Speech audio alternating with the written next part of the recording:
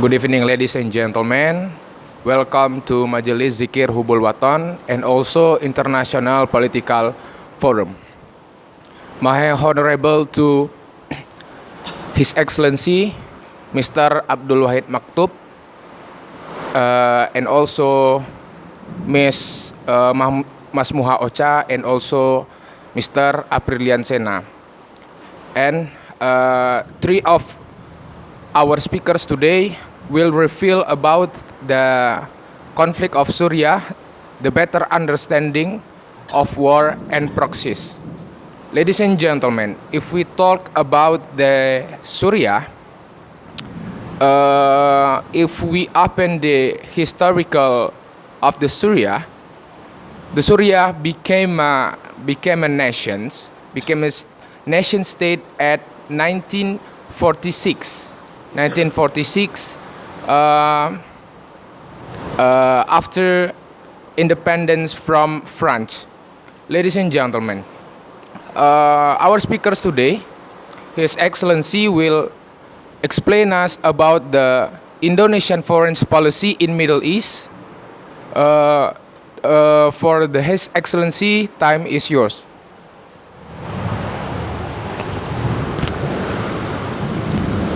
Good evening, everybody. For the first time, I would like to thank God, and the second, thanks for giving me opportunity to share my experience. Because for your information, I had been posted in Middle East for almost 6 years, 2.5 years as Consul General in Saudi Arabia, and then 3.5 years as ambassador in Qatar. So what I want to share with you, based on my personal experience, my interactions with ambassador in the Middle East, also in the world. Yeah. So about and now we are discussing the topic about the proxy war. All of you maybe understand what is meant by proxy war. In short, proxy war actually a war which involve big powers, foreign factors. So sometimes the war is indirectly happens representing the the power behind the conflicting parties. So that's why we are, as youths, young generations, must be able to analyze the phenomena, why conflicts, war happen in the part of the world. And now the character of wars undergoes changes, especially with the advancement of technology. So sometimes become complicated and sophisticated because of technology. Last time we watched at the television that the Aramco, the oil area in Riyadh was attacked by drones. Because of technology, so it can be attacked from a far distance using technology, which is more accurate because the calculation is very sharp. So that's why it is our challenge today that we are facing what we call disruptive technology, meaning the previous technology become obsolete, become irrelevant, because we must renew everything, otherwise it will be like behind. So that's why our challenge is that do we have ability, capacity to make adaptation and responsive to the new challenge with the new technology, which is much faster and much more accurate. So that's why we must anticipate what will be in the future. yeah, including the war. You know, now especially with the discovery of new weapons, which much more massive destructions.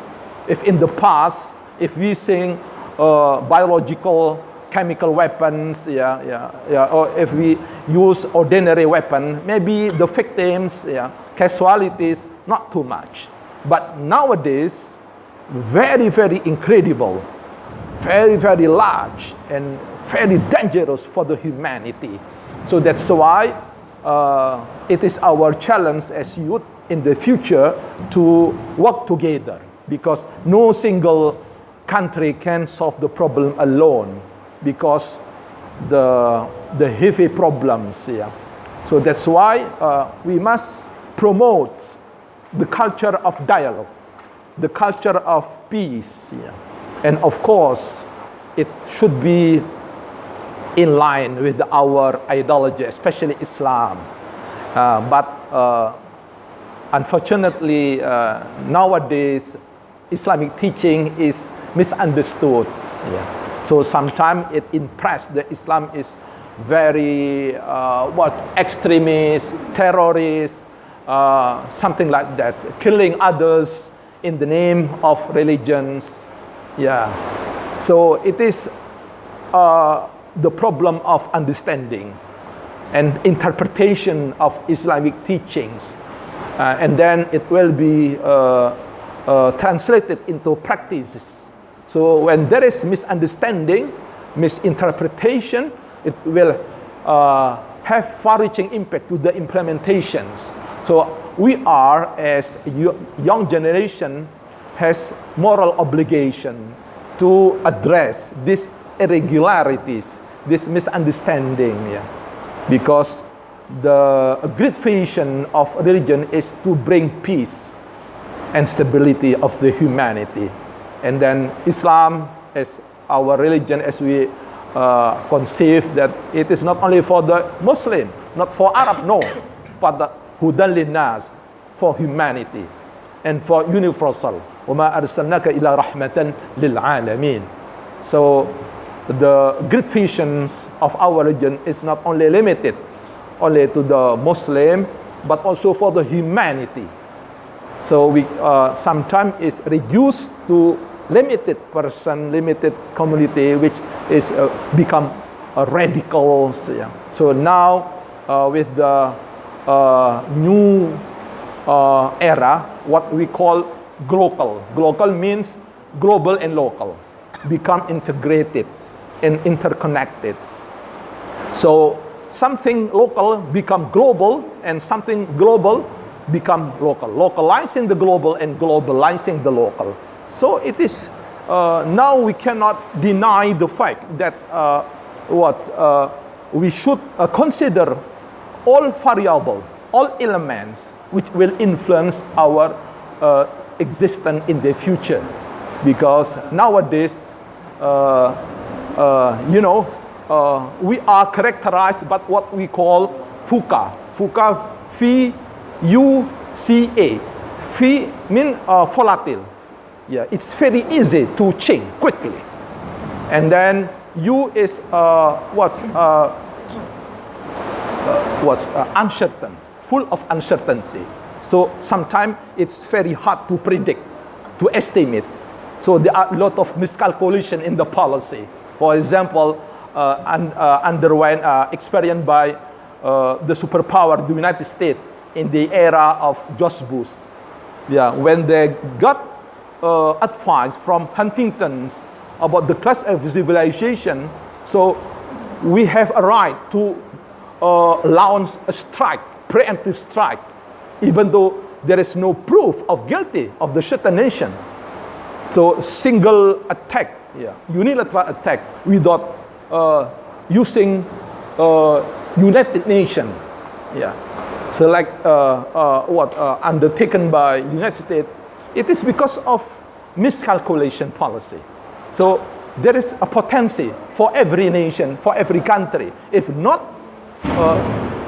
careful, sometimes we are trapped to the miscalculation policy.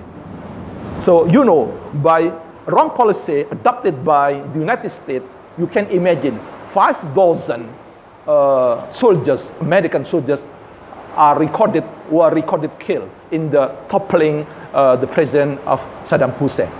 You can imagine. Yeah, let alone the civilian. Yeah, the soldier themselves. You can imagine in the side of the American soldiers, 5,000 because of wrong policy, especially the foreign policy toward Iran. So it is very dangerous for the leaders, especially you are as the future leaders must be more careful in making decision, because once you decide a decision, if it is wrong, very dangerous, the impact. So that's why we must consider everything. So you know that the decision must consider about maslahah, the impact of the humanity. Yeah, because we must not be selfish. We must not be egoist, because Islam gives more emphasis to the humanity. We must take care of others people. ليس منا من لم يهتم بأمر المؤمنين. It is not our ummah if you never take care with the others. So it means that what Islam actually must be a solution to the conflict, whether it is local, national, regional, or global. But the challenge is how to make these teachings get across, understood by most of the people, especially the leaders. And you know what happened in Middle East, yeah, because we have not found a good political system. Now we are become a public issue. What kind of public political system should be adopted in every Muslim countries, whether Pancasila it is Islamic or not, like Khilafah. So we are debates. What actually regulated by Islam is the principle, fundamental. The rest is up to all of us. It depends on the regional condition. And this is the problem of ideological, intellectual, and then cultural and structural. So we cannot deny the fact that we are inferior in many aspects, especially in science and technology. So that's why we are encouraged to catch up with the our technology, yeah, at this moment. So that's why we must realize this condition, yeah, because man arada dunya fa'alayhi bil ilmi. If you want to conquer the world, you must master science and technology. Man arada al-akhirah fa'alayhi bil ilmi. So sometimes most of us neglect this important issue, yeah, especially in improving our social system, political system, economic system, everything. Yeah. And the consequence now, we are still weak. And in the theory of international relations, weakness invites intervention. So if we are weak, external factors will be easy to come to intervene our affairs. So that's why the solution is how to strengthen our condition, yeah, in terms of economics, social, political stability. So that's why if we learn why Americans are very powerful and very strong, because they have superiority and supremacy in technology and science. Japan and now Korea. Yeah. So the big questions toward us, whether now we are adequately aware about the existing condition at this moment, because sometimes unconsciously and undeliberately, sometimes we do something inefficient and ineffective. Too many times we are wasting. Yeah. So too many, because we don't know how to manage our times. Yeah. And also our education system cannot produce a graduate which is a self-reliance, not dependent to others.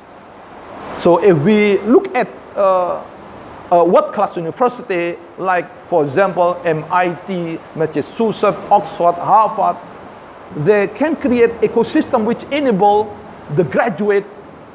First, they have self-confidence. And the second, self-reliance. And the third, self-resilience. They are very strong in facing many kind of problem of life. So it is the matter of a culture. And culture cannot be separated with the education, with the example, keteladanan, uswah. So that's why we hope in the future you become the example of the further the next generations, especially in the quality. Because if we are not qualified, so and then something useless. There is no meaning. There is no value. Az-zabat, fa'ama az-zabat fa'yadhabu jufa. If you become meaningless, like buih, no value, you will disappear.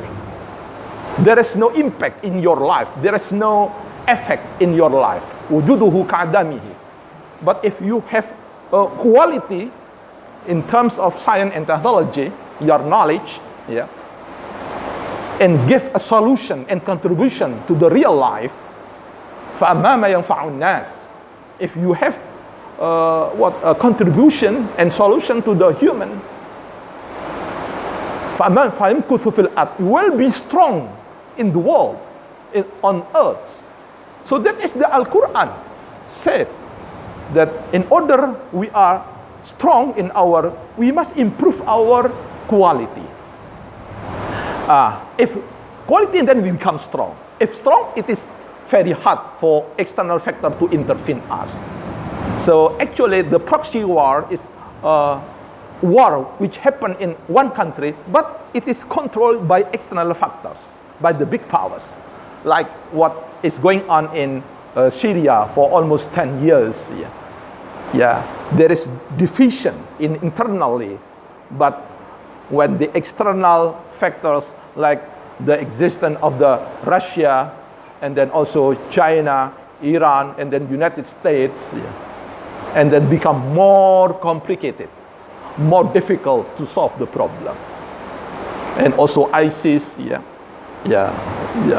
before it is just a resistant group in Iraq, but when they are more powerful, they extend to the other region, to the neighboring countries. So actually ISIS in the beginning just to topple the current government of the Iraq under control of America, but when they have confidence that they can expand with the new ideology which emphasizes on the extremisms, because like what happened in Afghanistan, like in Lebanon, South Lebanon, why they are finally successful to expel the foreign powers like Soviet Union, like Israel from Lebanon, from Soviet Union from Afghanistan, because they adopt new ideology, what is called hubul hayat wal maut, loving life and death. Normally, for the human, we love life, but we scared with the death. Hubul dunya wa karahiyatul maut. But new movement like Taliban is successful to adopt new ideology, which encourage the people, and then they topple the foreign troops because they have a very brave and very courageous to expel from the region of the Afghanistan. This is so.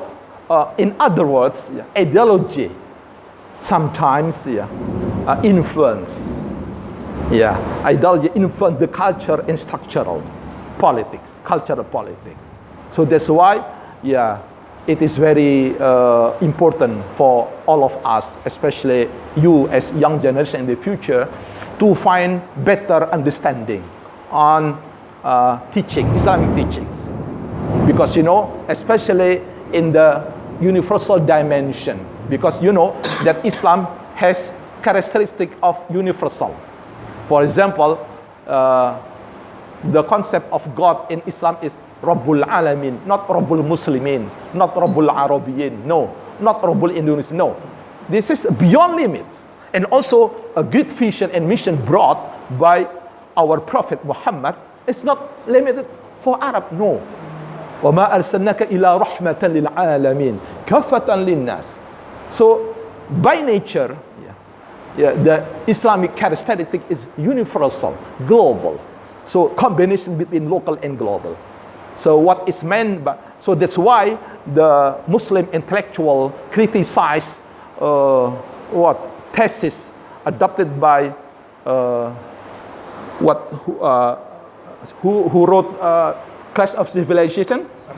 Samuel Huntington. Okay, Sam Huntington. So now they make a correction of their thesis when, for the first time, they adopt a clash of civilization. Then the alliance of civilization. After clash, then we must go together.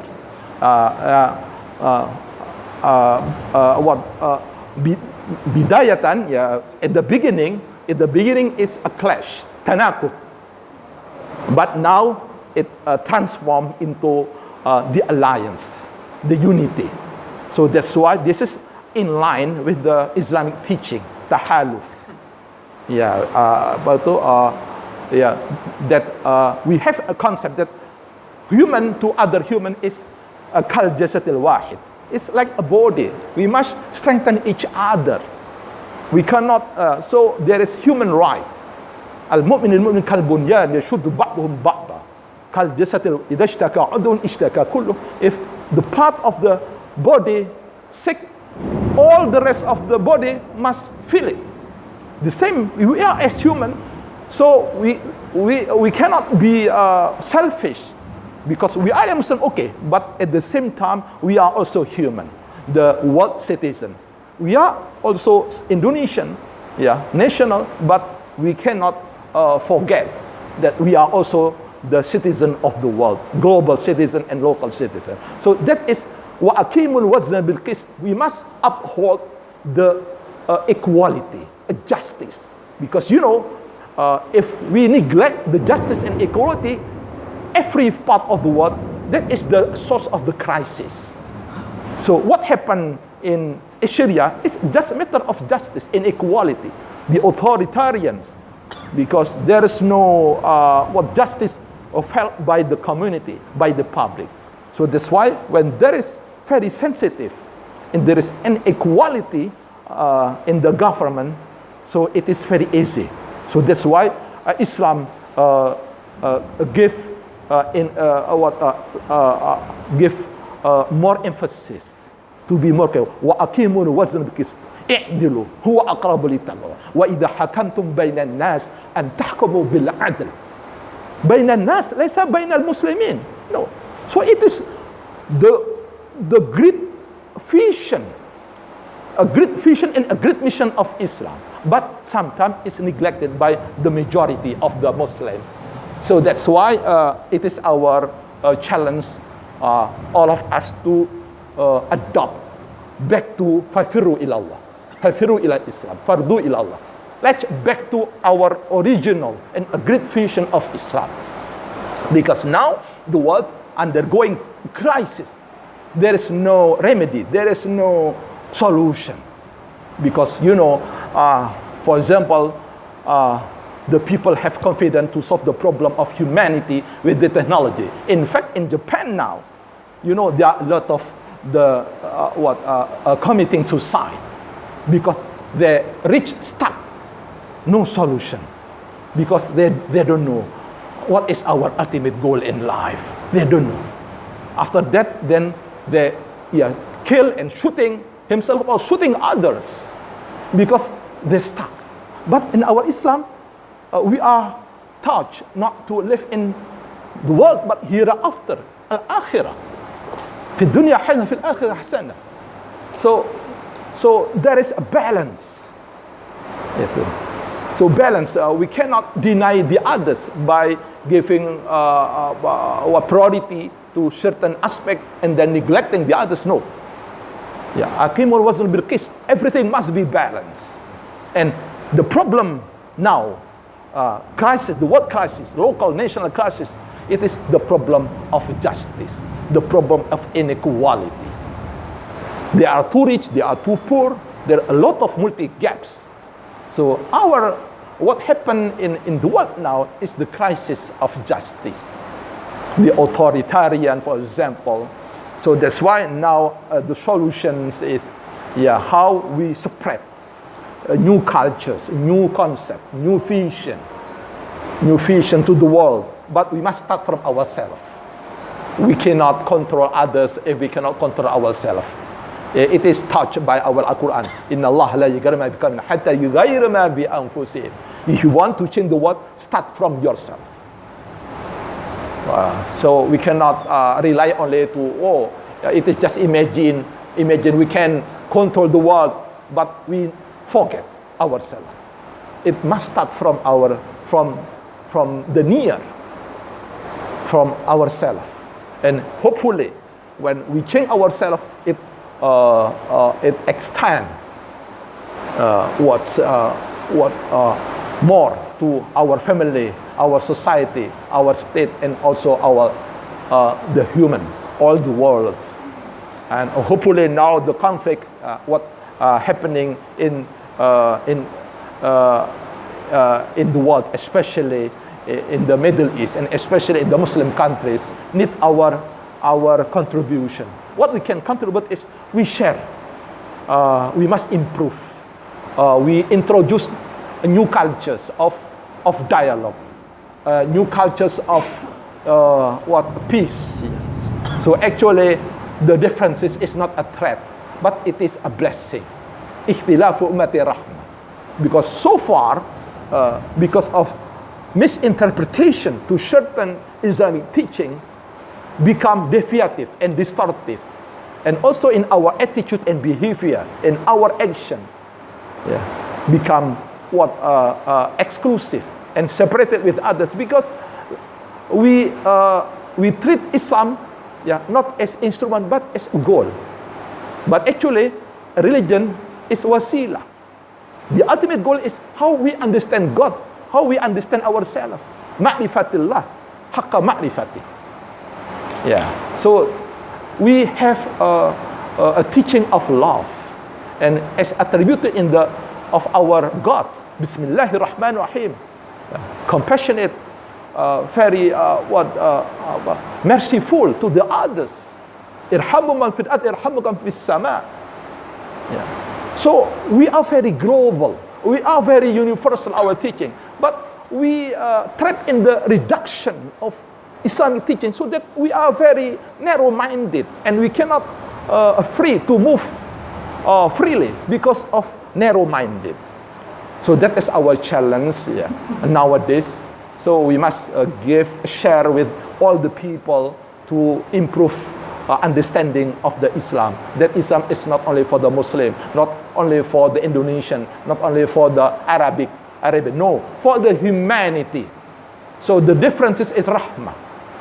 So that's why we must make deliberation, communication, and collaboration. As stated explicitly by Al-Quran is ta'aruf. Inna khalaqnakum min dhakarin wa untha wa ja'alnakum syu'uban wa qaba'ila lita'arafu.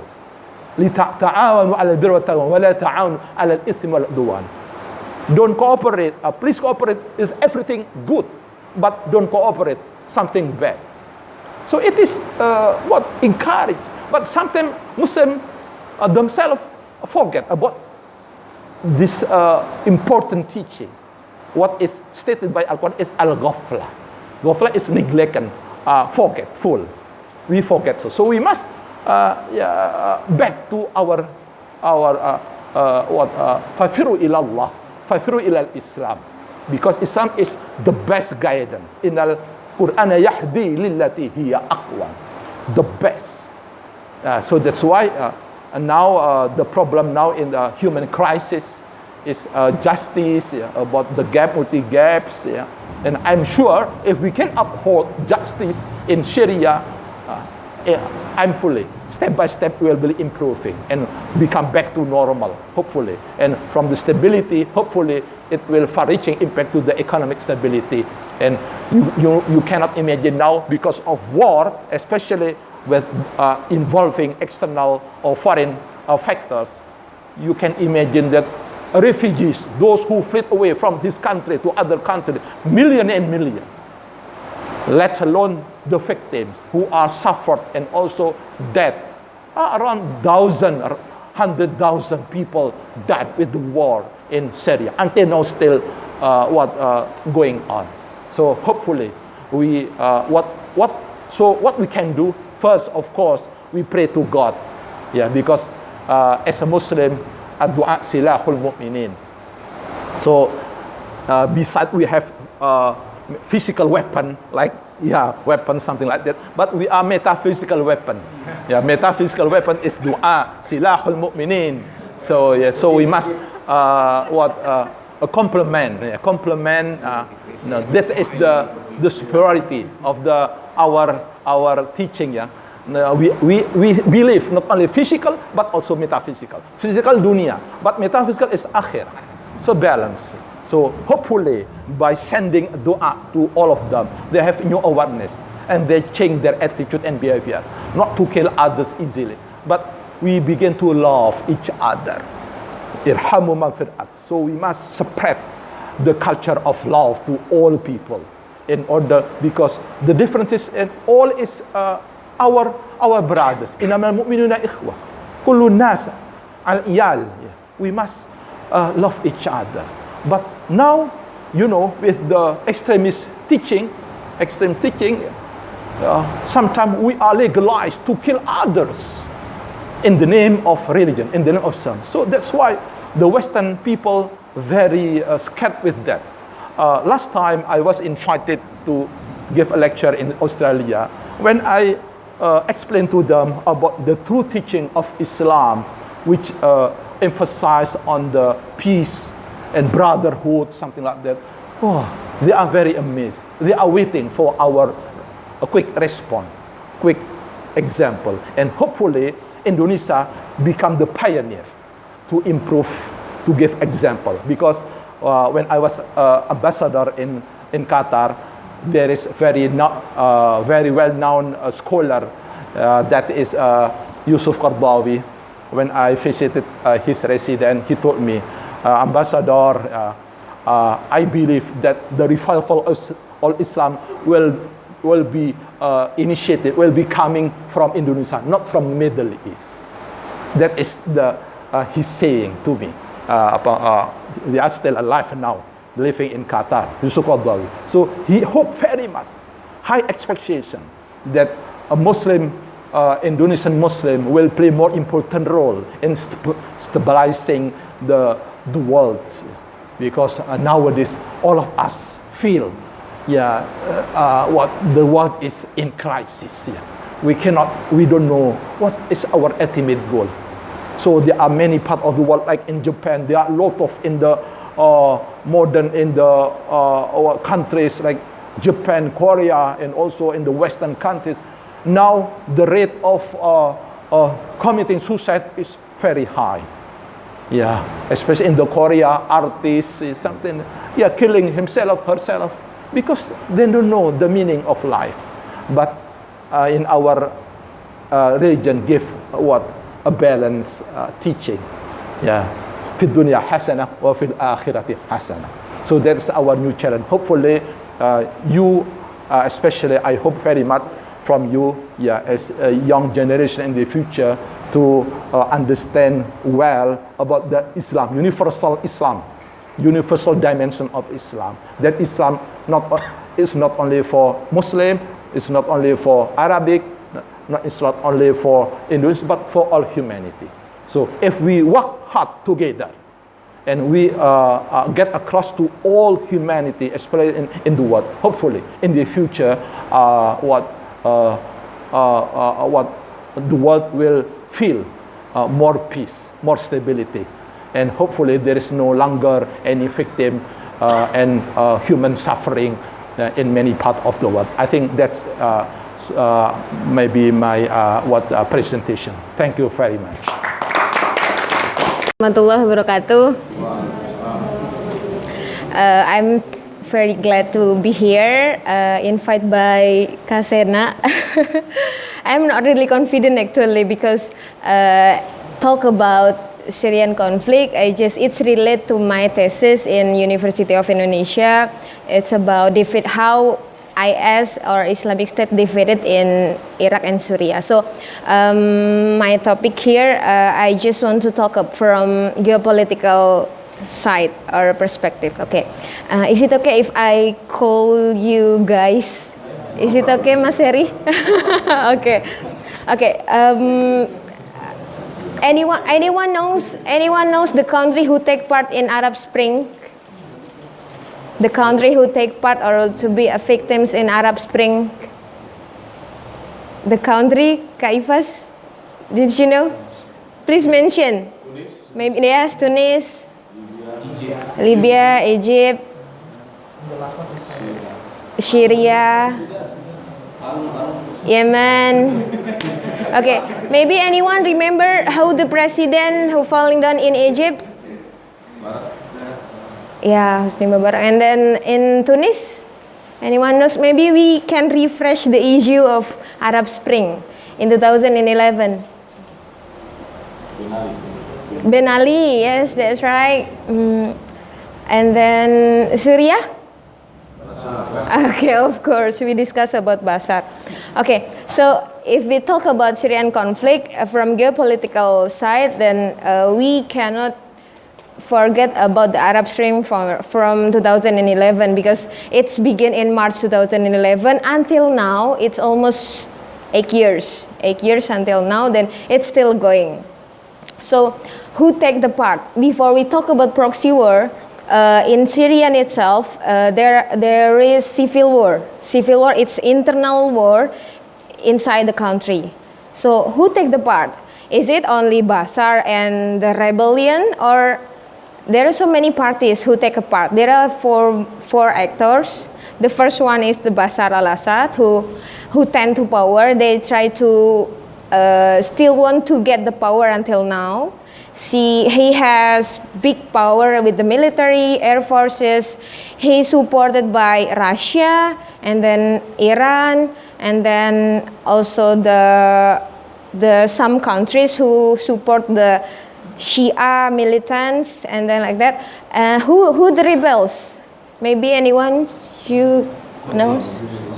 Kurds, Free Syrian Army, and then IS. Maybe I conclude three groups who rebels the Bashar al-Assad. The first one is moderate groups who try to democratize the country, who fight to the president because the president was dictators, and then they try to fight the democrats in the country. The group is Free Syrian Army, and then the second one is SDF, Syrian Democratic Force, who supported by YPG. YPG is the parties from Turkey. It's a Kurds. Kurds is an ethnic. So that's ethnic want to be a nation, right? So there is in Turkey, there is in Syria, and then they want to become a nation because they an ethnic groups. Like maybe in Indonesia, Bugis want to be a nation or want to be a country, but the Kurds separate in Turkey, in Syria, and many parts in the Middle East. So they want to rebels the officially government Bashar al-Assad. So SDF was supported by Kurds, YPG, which it's like a branch from the Turkey party. They have an ideology like socialist. So we can understand socialists, and then they have moderate groups, and then the Bashar al-Assad also a dictators, and then the last one is IS. So they appear with the brutality, they appear with the new concept of the Islamic State, they appear with the utopian Islamic State, and then they sell paradise to all people in the world. But actually, my thesis is about how is IS defeated in Iraq and Syria, and then I ever interview one of the practitioner in Syria, and then he said that the people of Syria and Iraq, they don't really familiar with the paradise motivation. They just follow the leader who take the power, and then I follow, then my family will save. Okay, your house, you follow the leader or you fight with us, and then for their family they just follow the leader. So when you ask, they also, if they follow the leader, then they become an IS without any paradise motivation. The paradise motivation or the utopian IS motivation is only introduced from Germany, from American, from jihadist from other country. But in the people civilian in Iraq and Syria, maybe correct me if I'm wrong, sir. They just know the political dimension of the leader. They don't even know about how the bidadari get them in the paradise. They don't even really know about that. Okay, that's IS. So let me see how complicated the civil war. Then they have four factors, main actors inside the Syrian. Then Russia and Iran support the president with the air forces, with the military forces, and then SDF support by American. How? So the Syrian conflict is a mess because the intervention of external factors. That's the beginning of proxy war begin. So involvement of America, involvement of Russia, involvement of Iran to support the weapons, to support the military forces, to support the air forces, it become mess in the conflict of Syria. So that's the perspective of the geopolitical side. Maybe how? My question is from the beginning, if we talk about Syrian conflict and then it's still going until now, so how is the solution? Like Israel and Palestinian conflict, how is the solution? If win-win solution cannot become one of the solution. Bashar al-Assad want to become still power in the Syrian, and then the rebels, so many rebels over there. So how mess the country? So I read the UN resolution. It's kind of the effort for UN resolution to solve the conflict. It's number 2254. Maybe if you are student of international relation, you can find it in the Google. They try to conduct the peaceful resolution from Security Council. It's about ceasefire, so gencatan senjata for all actors, all SDF, Free Syrian Army, or Bashar al-Assad, or all external factors. So they should ceasefire. They should gencatan senjata to make it better. And then they come dialogue, like Mr. Wahid said, that they should dialogue and then try to find how to solve this problem and make a win-win solution. But in the reality, as we know, like UN, an idealist organization, right? But in the reality, I read in the US newsletter that the president said that U.S. forces will get out from the Syrian until Bashar al-Assad died. So how is that? We still don't know how to solve this problem. Maybe it's become our discussion tonight. Maybe Mr. Cena will add the information. Thank you.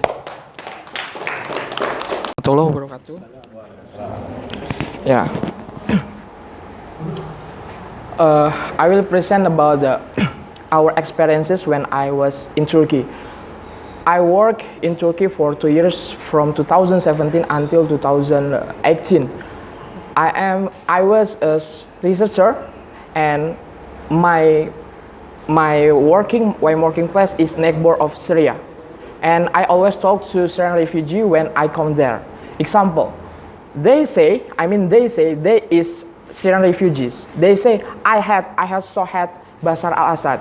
Why? Because they always kill us, and they have to move to Syrian for what? Forget freedom, forget a place, forget and anything, and they say like that. But the most important thing, when I said, I compare with in the Syria in Indonesia. Example, when Indonesia get freedom, our president, our leader in Indonesia, always say to younger, they say, you have to go and you have to attack colonialism. You have to, with Dutch or colonialism and others, right? And they said, freedom or death, right? Sukarno, Muhammad Hatta, and others, they said, freedom or death. And I said to my refugee in there, you cannot go to Syria, but you have to war with Bashar al-Assad. I said like that. Because you cannot go. You cannot go. If you go to Turkey, this is the same, you give your sovereignty to Bashar al-Assad. Something like that, okay? In this context, we can say Syria is three multidisciplinary. First, this conflict is about people and government. The first dimension. The second dimension is about the ideology, Sunni and Shia. We cannot say like that. And the three dimension is about a great power between America and Russia. Russia has Torture Harbor. You know Torture Harbor? Torture Harbor is the only one harbor from Russia in the Middle East. And what happened in harbor and Torture Harbor is destroyed from America. They don't have affecting like that. This is about the great power. In international relations studies, it's about the realism. This war is about how to get a power, military power. And the second one is about the economic power. Syria is oil resources in Syria, in Arabic and other thing. Okay? And how about the solution? How about the solution? Do you know Kofi Annan? Who is the Kofi Annan? Secretary of United Nations. Ever come to Syria, but he cannot finish the problem.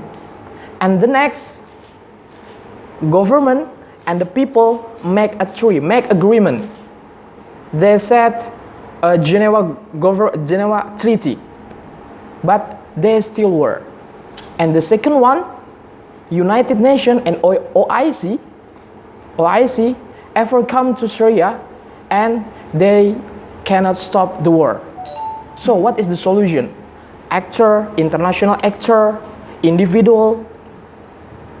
Okay? So how about the solution? The solution is about the great power like Russia and America, Iran, Iraq, and the great power other have to give freedom to people and the government in external factor. But in internal factor, they have to general election, because people don't want to Bashar al-Assad as president. This is the most important thing. But I think this conflict, the root of economic. Do you know why this conflict is happen? Maybe you know about something? Salim, Ifas. Maybe you know about how can oil. The important thing is about the economic. This war is about when the children, maybe elementary school or high school, they go to some place and they make spray in the war. Yeah, vandalism, and the vandalism is about the revolution, about the revolution, and they can vandalism from Libya, Egypt. This is about the Arab Spring. Domino effect. It's about Libya, Egypt, Sudan, and the last one is Syria, right? So, I think, but sometimes America and Russia cooperate with to attack ISIS. Sometimes, because the first one only America and US in the ring, like fighting, America and US. But suddenly, ISIS come to the ring. So ISIS, for America and the Russia, is common enemy. Okay, America say like that, Russia, you are my friend. But we have to cooperate together to attack ISIS. After that, we war again. Example, in the university, PMI and HMI cooperate together to attack LDK. After that, we war again. Example like that. Okay, understood, right? Something like that. It's easy, right? ISIS is the important from America and Russia, right? And how about the Turkey? They say always, I say like that. So, how about the solution? I asked to Syrian refugee. They say, we hope, we have great expectation to country in the world, Indonesia and Turkey. Syria say like that. First, why Indonesia? They say, you know, man, you are the great power. You are the Indonesia, the big population Muslim in the world, right? And they expect Indonesia come to Turkey, come to Syria, and finish the whole problem. And the second one is Turkey. And they say about America is kafir. They say like that. Kafir in Turkey is kafir. I had America, I had Russia, I had Bashar al-Assad. But Indonesia and Turkey, we are brother. Like that. We're brother. That's why I ever talk to them about, I think we have to make common understanding. I hope maybe PMI make like special roads in Syria, maybe. PKD, Mapaba. and make how to finish the problem in Syria. Because they expect like that, right? They expect like that. But this is just my imagine. I think Indonesia, we have to not peacekeeper. We have to give support. We have to support peoples or Bashar al-Assad. But Bashar al-Assad is Shia, like Rikal, right? Shia. Rikal is Shia. I think Rikal will have support to Bashar al-Assad. This is about the ideology, different ideology. But in the liberal or neoliberal internal studies, we have to infiltration with OIC, United Nations, to make like assembly, to make like agreement between peoples and government. I think enough. I hope you can give us questions because this issue is about it's complicated for you. Okay. You can give questions after this. Okay, thank you. Response the statement of Cena, and then before that, I want to raise a question to Pak Wahid. Is okay, Pak? Okay. From the explanation of how good Islamic value, then my question is, how Arab Spring really happened with the brutality? Why Muammar Gaddafi killed by their people like that? Why That's Islam come from the Middle East. We know the majority of prophet from in the Middle East. Then why it happened? Why in the Middle East the brutality, the conflicts becomes mass? That's we know the Islamic value, the core of Islamic value come from them. Gitu. So, thank